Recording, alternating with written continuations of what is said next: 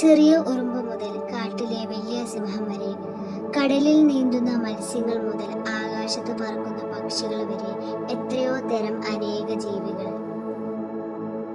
ഇത്രയും വ്യത്യസ്തമായ ഈ ജീവികളെ എല്ലാം നമുക്ക് ഒരു പാഠഭാഗത്ത് പഠിക്കാൻ സാധിക്കും. തീർച്ചയായിട്ടും ഇത്രയും ജീവികളെ നമുക്ക് ഒരു പാഠഭാഗത്ത് പഠിക്കാൻ സാധിക്കും. അതിനായിട്ട് ശാസ്ത്രം ഇവയെല്ലാം ഗ്രൂപ്പുകളായിട്ട് തരംതിരിച്ചിട്ടുണ്ട്. അതിനാൽ തന്നെ നമുക്ക് അതിൻ്റെ അടിസ്ഥാനത്തിൽ വളരെ എളുപ്പത്തിൽ പഠിക്കാം. എന്തിൻ്റെ അടിസ്ഥാനത്തിലാണ് ഗ്രൂപ്പുകളായി തരംതിരിച്ചിരിക്കുന്നത്, എന്തൊക്കെയാണ് ആ ഗ്രൂപ്പുകൾ എന്നെല്ലാം വിശദമായിട്ട് നമുക്ക് ആനിമൽ കിങ്ഡം എന്ന ഈ പാഠഭാഗത്ത് പഠിക്കാം.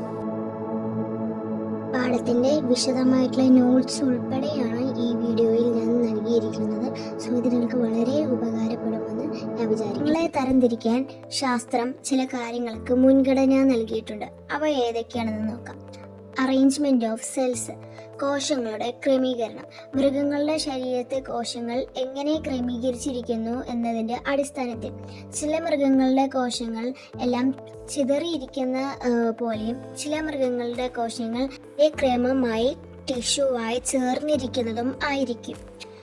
അടുത്തത് ലെവൽ ഓഫ് ബോഡി ഓർഗനൈസേഷൻ, ശരീരഘടനയുടെ നില. മൃഗത്തിന്റെ ശരീരം എങ്ങനെ ക്രമീകരിച്ചിരിക്കുന്നു, എത്രത്തോളം ഡെവലപ്ഡ് ആയിട്ടുണ്ട്, അത് നോക്കുന്നതിന്റെ അടിസ്ഥാനത്തിൽ ചില മൃഗങ്ങൾ വളരെ അഡ്വാൻസ് ആയിട്ടുള്ളതും ചിലർ വളരെ അഡ്വാൻസ് അല്ലാത്തവയുമാണ്. സോ പലതരത്തിലുള്ള ഓർഗനൈസേഷൻസ് ഉണ്ട്.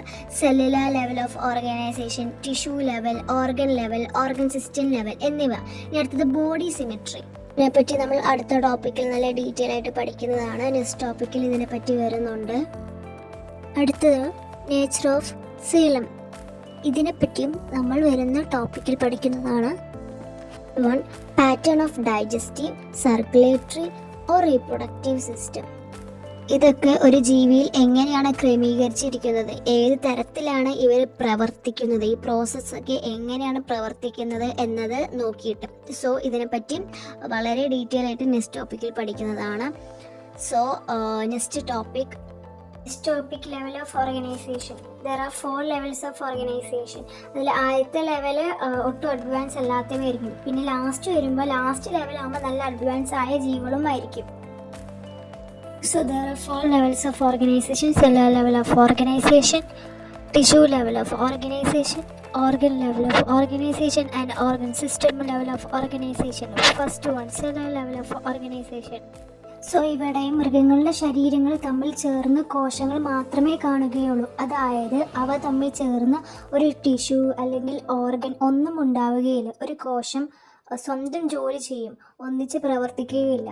സോ ഇതിൻ്റെ എക്സാമ്പിളാണ് സ്പോഞ്ചുകൾസ്. വെള്ളത്തിൽ കാണുന്ന ഒരു ചെറിയ ദഹനശേഷിയുള്ള ജീവികളാണിവ.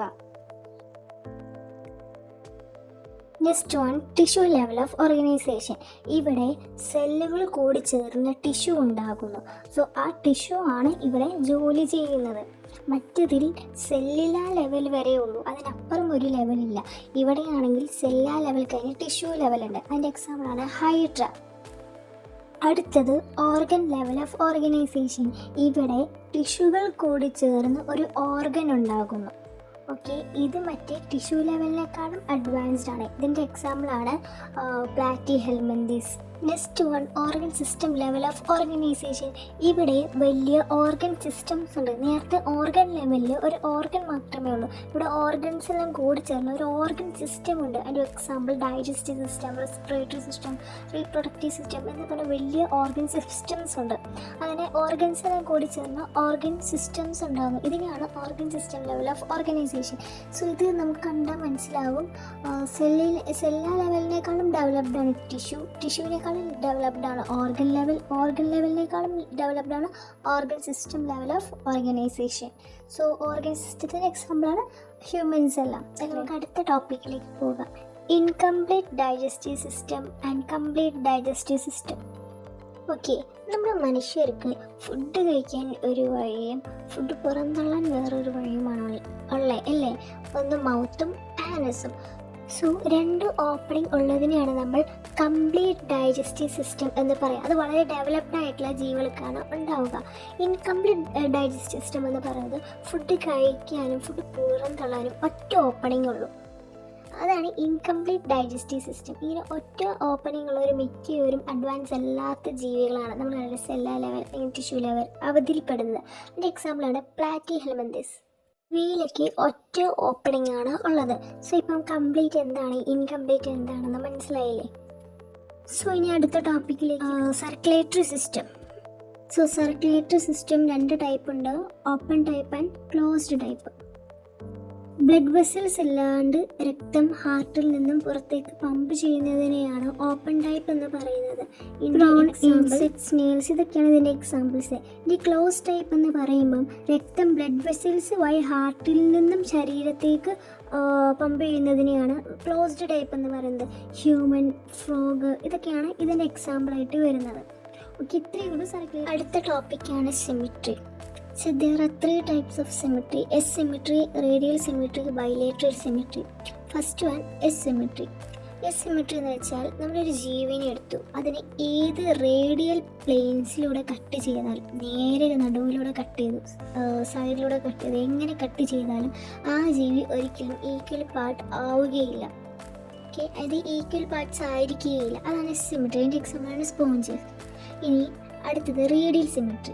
റേഡിയൽ സിമിട്രിനെ നമ്മൾ അതിനെ എടുത്തു, ഒരു ജീവിനെ എടുത്ത് നമ്മൾ ഏത് പ്ലെയിനിലൂടെ കട്ട് ചെയ്താലും അത് 2 ഈക്വൽ ഹാഫ്സായി മാറും. അതാണ് റേഡിയൽ സിമിട്രി. എക്സാമ്പിൾസ് ആണ് ജെല്ലി ഫിഷ്, സ്റ്റാർ ഫിഷ്. അടുത്തത് ബൈലേറ്ററൽ സിമിട്രി. ഇത് ഒരു പ്ലെയിനിലൂടെ മാത്രം കട്ട് ചെയ്യുമ്പോൾ 2 ഈക്വൽ പാർട്സ് ആവും. അതിൻ്റെ എക്സാമ്പിളാണ് മാൻ, ഫിഷ് ഒക്കെ. ഓക്കെ, സോ ഒരു പ്ലെയിനിലൂടെ മാത്രം. നമ്മുടെ റേഡിയൽ സിമിട്രിയിൽ അങ്ങനെയല്ല, ഏത് പ്ലെയിനിലൂടെ വെട്ടിയാലും 2 ഈക്വൽ പാർട്സ് ആവും. ബട്ട് ഇവിടെ ബൈലേറ്ററിൽ വന്നപ്പോൾ ഒറ്റ പ്ലെയിനിലൂടെ മാത്രം വെട്ടുമ്പോൾ 2 ഈക്വൽ പാർട്സ് ആവുകയുള്ളൂ. ഒരു വീഡിയോയിൽ ഇത്രയും ടോപ്പിക്സ് ആണ് ഇൻക്ലൂഡ് ചെയ്തേക്കുന്നത്. ഇതിൻ്റെ ഫുൾ വീഡിയോ എന്ന് വെച്ചാൽ ഈ ചാപ്റ്റർ ഫുൾ വേണമെന്നുണ്ടെങ്കിൽ നിങ്ങൾ കമൻറ്റ് ചെയ്യേണ്ടതാണ്. കാരണം ഇത് നിങ്ങൾക്ക് യൂസ്ഫുൾ ആകുന്നുണ്ടോ, പ്രയോജനപ്പെടുന്നുണ്ടോ എന്നൊക്കെ അറിഞ്ഞിട്ട് വേണം എനിക്ക് നെക്സ്റ്റ് പാർട്ട് അപ്ലോഡ് ചെയ്യാൻ. നെക്സ്റ്റ് പാർട്ട് ഫുൾ വീഡിയോ ആയിരിക്കും. സോ നിങ്ങൾ കമൻറ്റ് ചെയ്യുന്നതിനനുസരിച്ചായിരിക്കും ഞാൻ നെക്സ്റ്റ് പാർട്ട് അപ്ലോഡ് ചെയ്യുക.